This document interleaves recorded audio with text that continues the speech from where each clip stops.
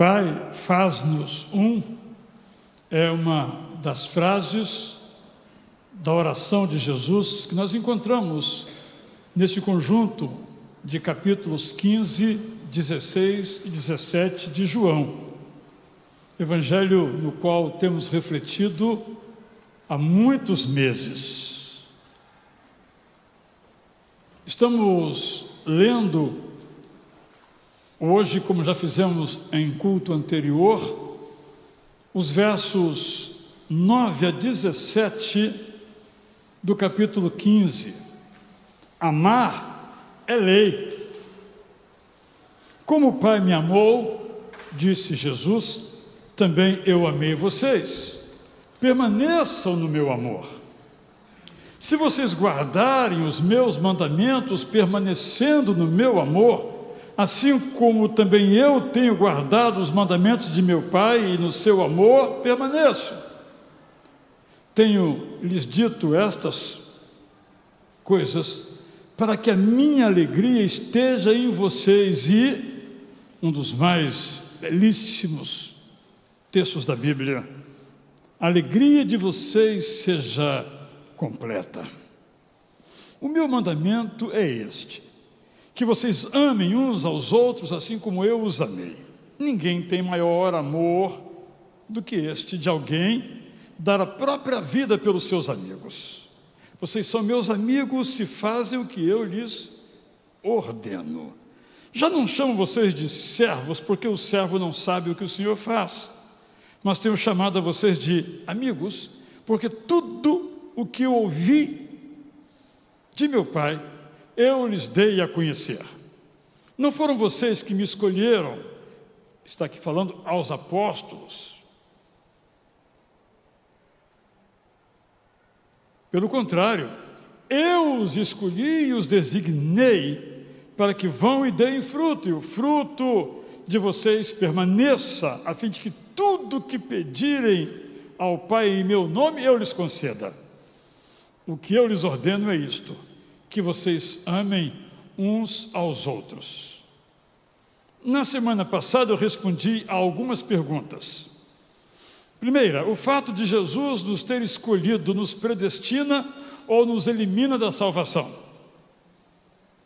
O amor de Jesus para conosco está condicionado à nossa obediência a Ele. A alegria completa prometida por Jesus é condicional.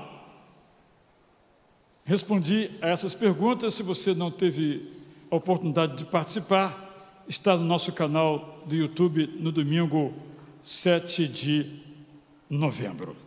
E agora eu quero responder a quarta pergunta: quais são os mandamentos de Jesus?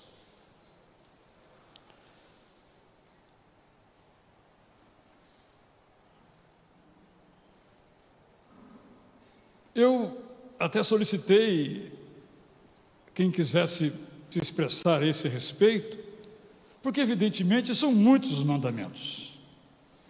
Eu parei em 50, porque eu sabia que não adiantava eu continuar, porque eu não teria como mencionar os 50 aqui. Mas são muito mais do que 50, talvez uma centena de mandamentos, só mandamentos. Imperativamente, faça isso, faça aquilo. Então eu selecionei alguns, mas eu estou certo que você tem alguns que não estarão na minha lista. Mas isso é ótimo. É assim então que eu vou continuar falando sobre estes mandamentos de Jesus. Eu vou agora tirar a máscara. Nosso grupo de consultores me autorizou a, durante a mensagem, eu devia ter feito no comecinho, mas eu, tão habituado, fui seguindo em frente. Eu vou tirar para continuar apenas durante a pregação, e só se aplica a mim, não aos demais participantes do culto, em função das notícias cada vez melhores que temos experimentado. Seguimos uma linha, e essa linha estamos sendo totalmente fiéis a ela. Assim então, vamos continuar. Na semana passada, alguém comentou comigo que eu não estava sorridente. Eu falei, eu estava, mas só não podia ver, mas agora pode. Quais são então os mandamentos de Jesus? Há dezenas. vou mencionar alguns desses mandamentos. Primeiro, Jesus respondeu, daqui a pouco eu digo o lugar e você já vai procurando, está em João. Em verdade, lhe digo, quem não nascer da água e do Espírito não pode entrar no reino de Deus. O que é nascido da carne é carne, e o que é nascido do Espírito é Espírito. Não fique admirado por eu dizer, vocês precisam nascer de novo.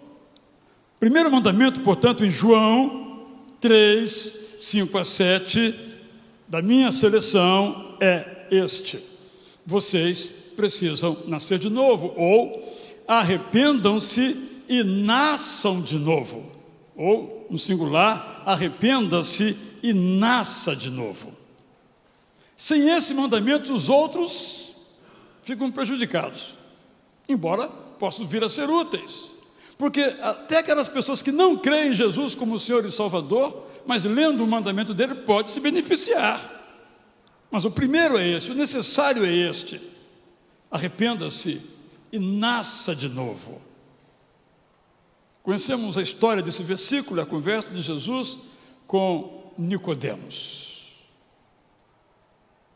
História muito interessante de Nicodemos, porque temos poucas referências a ele no Novo Testamento. Mas aquela série maravilhosa, intitulada Os 12, os Escolhidos, que muita gente aqui já viu, já recomendei. Imagina Nicodemos, eu acho que com muita precisão, mas é uma imaginação, era um alto líder do judaísmo, mas quando começou a ver as coisas que Jesus fazia, e no caso o que o deixou totalmente estupefato foi a cura e a conversão de Maria Madalena, ele começou a se questionar. Depois eu não vi o resto da série, ainda vou ver, mas nesse momento ele se questiona, e é nesse contexto que ele vai procurar Jesus, discreta ou secretamente. E o filme mostra isso muito bem. Então Jesus diz isso, o que está no Evangelho de João: Nicodemos, eu sei que é difícil para você entender, mas você precisa nascer de novo. Então esse, para mim, é o primeiro, e tem que ser o primeiro. Depois disso vem os outros, que não estão numa ordem, mas esse é necessário. E aí eu e você temos que nos perguntar: nós já nos arrependemos? Já nascemos de novo? Já fomos regenerados pelo Espírito Santo de Deus? Esse é o mandamento da salvação, da conversão, da regeneração, para todos nós. Segundo mandamento, agora não mais em uma ordem, mas talvez uma ordem.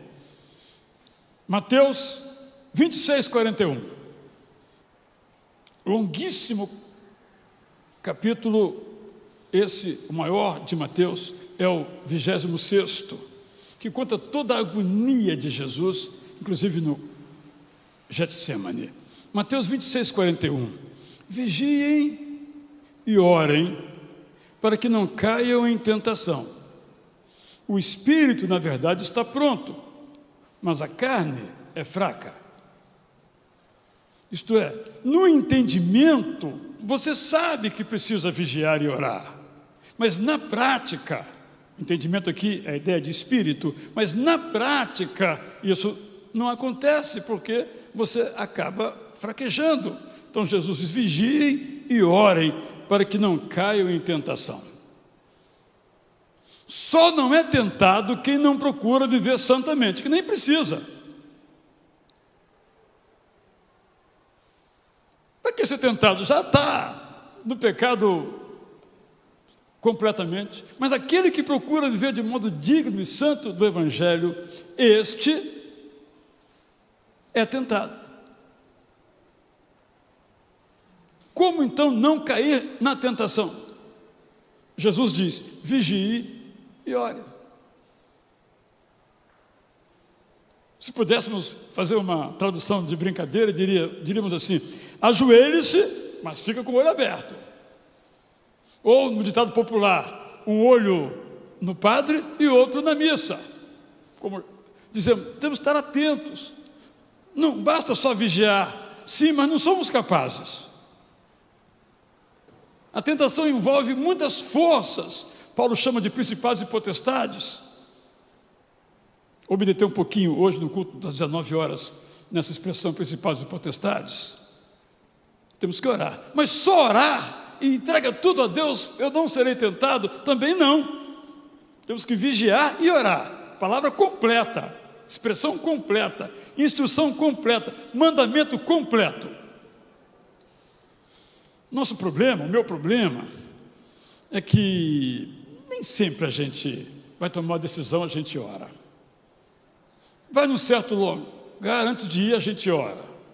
A gente vai ou no automático, porque sabe que eu sou mais eu posso, eu consigo, etc, etc. A gente sabe que é assim que as coisas funcionam. Assim que nós somos, eu sou assim. Então Jesus disse, mandamento, vigie e ore. Terceiro mandamento, só vou dizer que está em Mateus 7. Eu nem precisaria que você já sabe isso, mas vamos lá. Vou ler, depois dou a referência. Entrem pela porta estreita, porque larga é a porta, e espaçoso é o caminho que conduz para a perdição, e são muitos os que entram por ela, isto é, a porta da perdição. Estreita é a porta, e apertado o caminho que conduz à vida, e são poucos os que o encontram. Mateus 7, 13 e 14. Então, terceiro mandamento, colocando bem singelamente, escolha o caminho estreito. O caminho cristão não é o caminho da multidão, não é o caminho do todo mundo. O caminho cristão é apertadinho, é estreito, é um desfiladeiro, só passa um de cada vez. Penso que esse é um tremendo desafio para nós.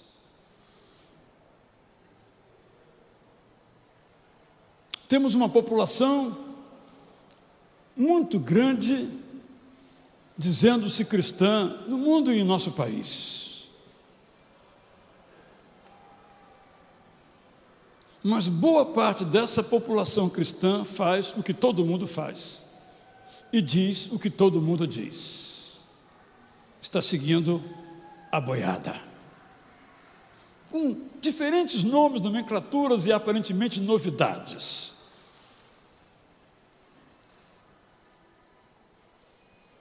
Honestamente, eu não tenho grandes preocupações com alguns que acham que há perseguição à igreja, porque se não houver, está errado.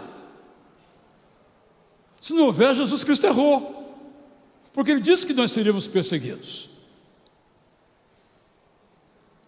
Vamos ler isso um pouco mais na próxima semana. O nosso caminho é estreito. Quem é que é mais velho? A garotada não sabe disso, não lembra disto. Mas, na casa do meu avô, Flauzino Belo Cassimiro, tinha um quadro. Eu vou pintar o quadro e muitos aqui vão reconhecer. Os que têm aí mais de 50 e nasceram num berço evangélico.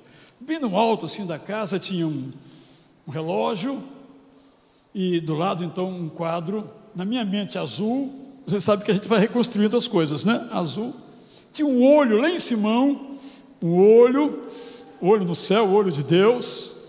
E aí tinha um monte de gente na piscina do inferno, a piscina por minha conta aqui, certo? No lago do inferno e tal. E tinha um caminhozinho estreitinho, poucas pessoas indo para o céu. Você pode dizer que esse quadro, isso, aquilo, mas o que Jesus está nos dizendo é exatamente isto. O caminho para o céu é como aquela portinha da cidade nova de Jerusalém, da cidade velha para a nova. É um de cada vez.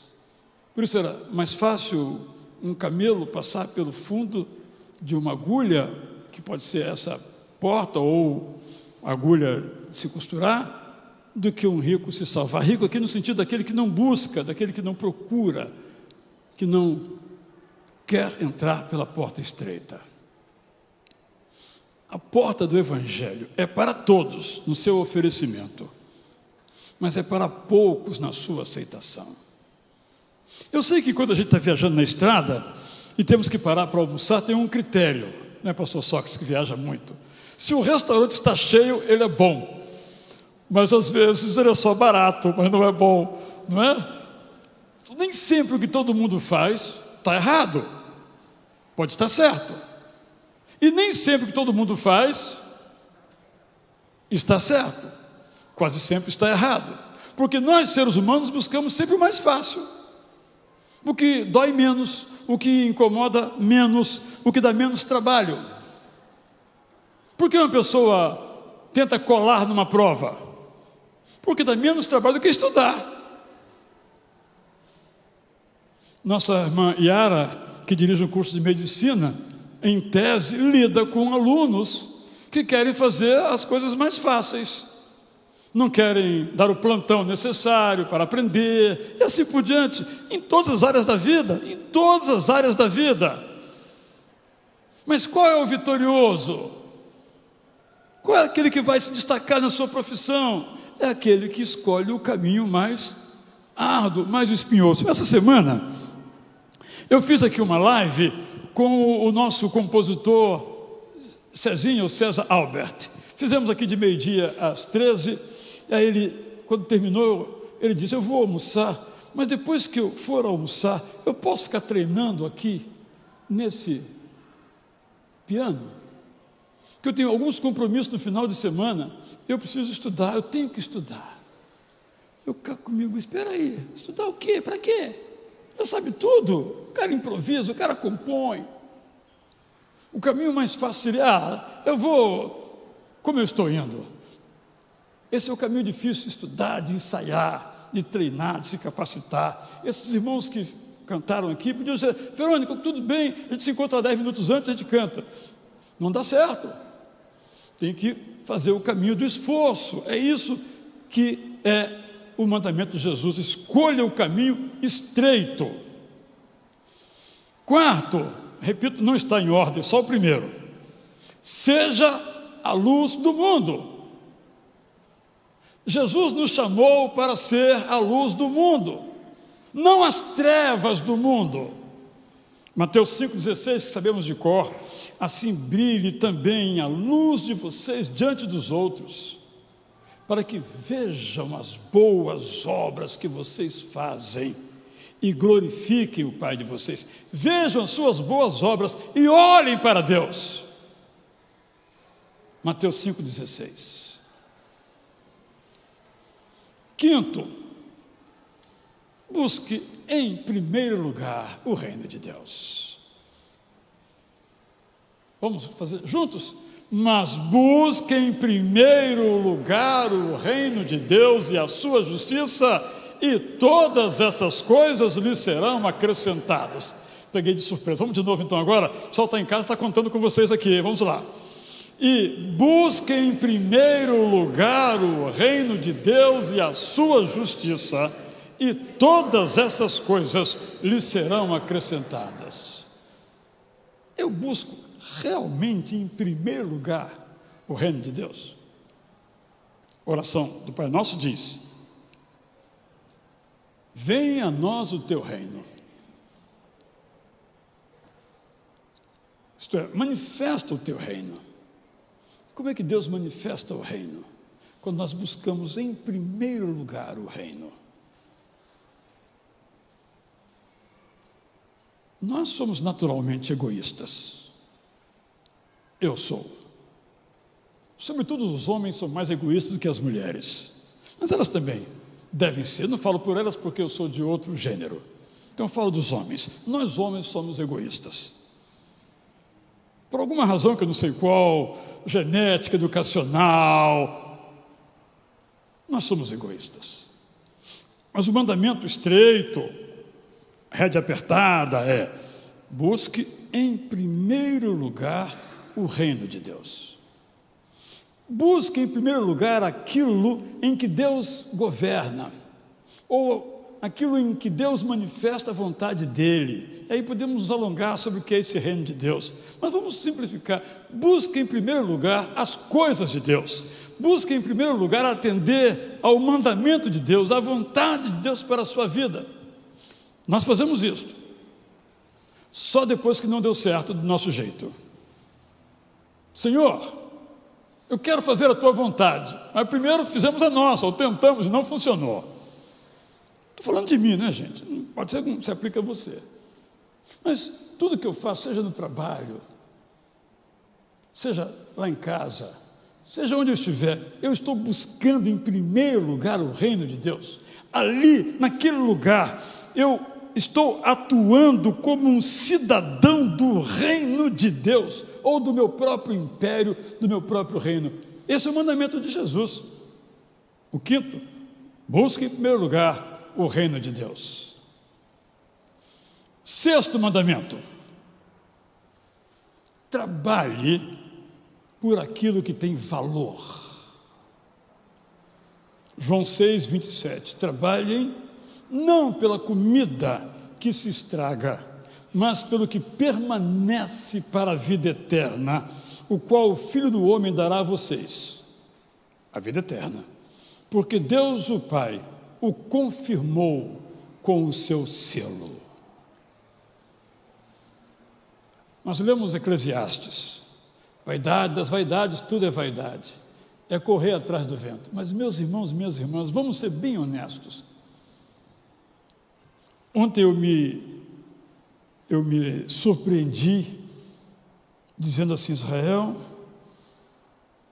você vai fazer 70 anos. Passou muito rápido, Israel. O que você faria de diferente? Comecei a conversar com esse camarada.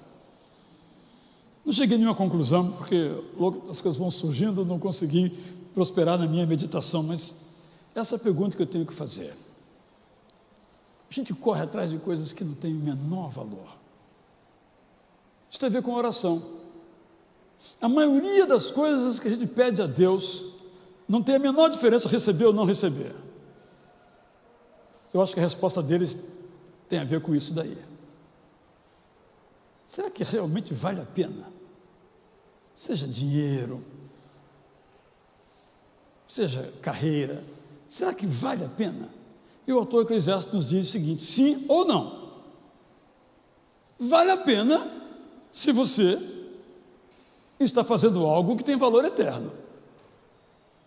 Lembra-te do teu Criador nos dias da tua mocidade, isto é, enquanto você está fazendo as coisas, lembra, você está fazendo a perspectiva de Deus, é algo de valor eterno. Sétimo, não sei se é o mais difícil, mas deve estar entre os 3 mais difíceis que eu selecionei aqui. Não vou dizer qual é, mas você vai logo captar. Então Pedro, aproximando-se, perguntou a Jesus: Senhor, até quantas vezes meu irmão pecará contra mim que eu lhe perdoe? Aí, num gesto de grandeza, de generosidade, achando que era o máximo, ele disse um número que representa na cultura hebraica a totalidade. Até 7 vezes. Como dizer, é tudo, né? Cheguei ao ponto máximo. Pedro, eu perdoo 7 vezes, tá bom? Que perdoa mesmo 7 vezes. Aí Jesus responde: não, 7 não, 70 vezes 7. Está quanto isso, Cristo? 70 vezes 7, ajuda aí. 490. Está bom de números, viu? Está bom de números, você é um cara bom. 490 vezes. Ou seja, você pega o seu número maior, o seu número absoluto, e multiplica não por 7, mas multiplica por 7, depois multiplica por 10. Como a dizer, em outras palavras, sempre. Então, até quantas vezes meu irmão pecará contra mim e eu vou lhe perdoar? 100% das vezes. Mateus 18, 22. O 7º mandamento de Jesus é: perdoe. Com certeza não preciso dizer mais nenhuma palavra. Todos já sabemos de cor e salteado que essa é a verdade. Agora, praticar, aí é outro departamento, não é verdade? Mas nós temos que buscar. 9, Mateus 18, 19 a 20. Vamos de cor? Porque eu estou na versão, muitos aqui estão na versão do vós, né? Eu estou usando a versão aqui no caso do eles, mas é a mesma versão. Vamos juntos, na medida do possível? Portanto, vão e façam discípulos de todas as nações, batizando-os em nome do Pai, do Filho e do Espírito Santo, ensinando-os a guardar todas as coisas que tenho ordenado a vocês. E eis que estou com vocês todos os dias, até o fim dos tempos. 9º mandamento de Jesus: faça discípulos.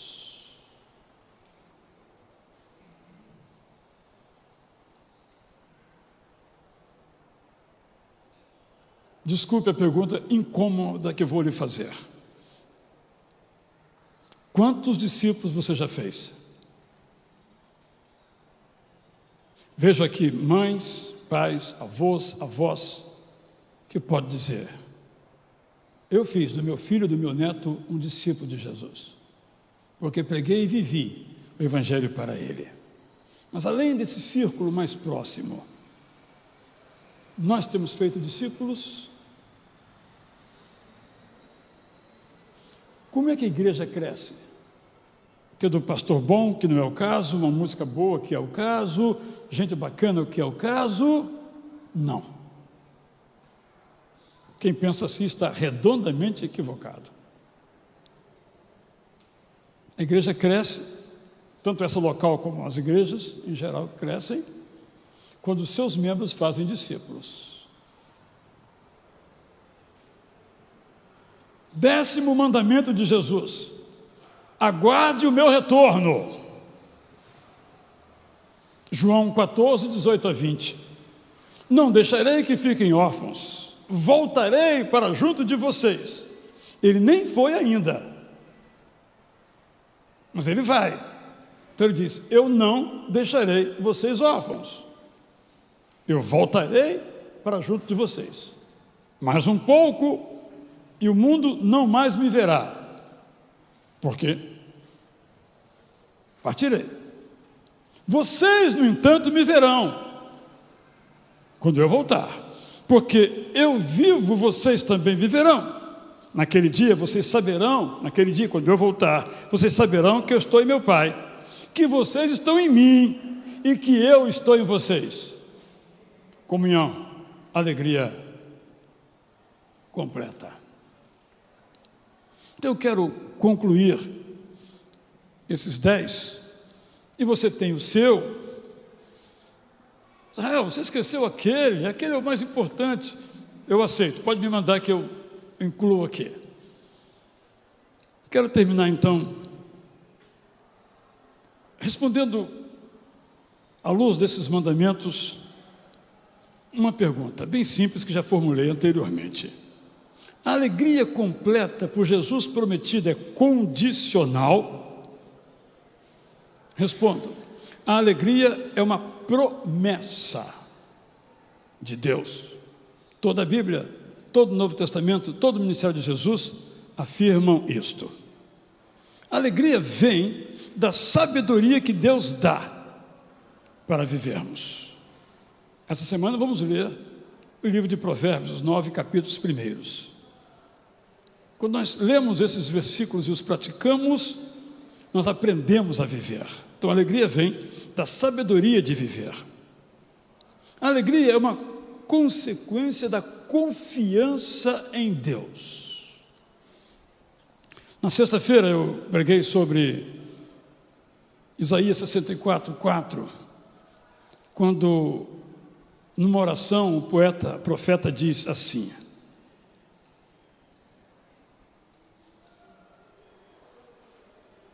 desde a antiguidade,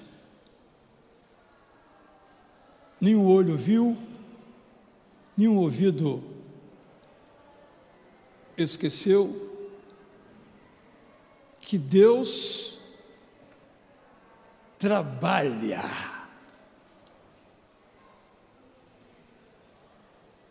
para aqueles que nele confiam. Foi extraordinário para mim rever este contexto à luz de uma história real que não posso detalhar. Mas uma pessoa de nossa igreja buscava algo para a sua família há vários anos, sem sucesso. Muitos tentaram ajudar, sem sucesso.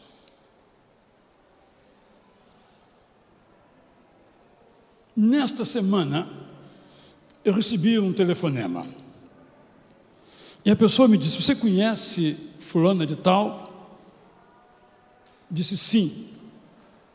Conhece sua família? Eu disse os nomes. Pois bem, quero lhe relatar algo. Eu repito que eu não posso dar detalhes. E eu estava num certo lugar e vi uma pessoa ali. Só vi junto com outras pessoas e saí. E Deus me disse: volta e fala com ela. Ele disse: não entendi nada. Eu voltei, cumprimentei, conversei e voltei. Disse: volta e faça o seguinte para ela. Essa que eu não posso narrar. Ele voltou e fez o seguinte para aquela pessoa. Por que eu trago essa história? Porque aparentemente, durante aqueles 3 ou 4 anos, Deus não estava nem aí para as orações daquela família e de alguns amigos aqui da igreja. Mas Ele estava trabalhando. E quando chegou naquele ponto limite, em que houve aquele encontro do que podia abençoar e do que precisava ser abençoado, Deus disse: é agora. E agiu de um modo sobrenatural. A partir desse momento, as coisas aconteceram de modo natural. Mas houve a intervenção sobrenatural de Deus. A alegria é uma consequência da nossa confiança em Deus. A alegria vem da habitação do Espírito Santo, quando Ele nos pastoreia e nos sereniza, nos deixa serenos, confiantes, seguros de que Deus trabalha a nosso favor. Os mandamentos do Antigo Testamento, os mandamentos do Novo Testamento, não abençoam o Pai, não abençoam Jesus o Filho, nos abençoam quando nós os seguimos. Bendito seja o nosso Deus, que nos dá sempre um novo coração. Cantaremos agora em pé.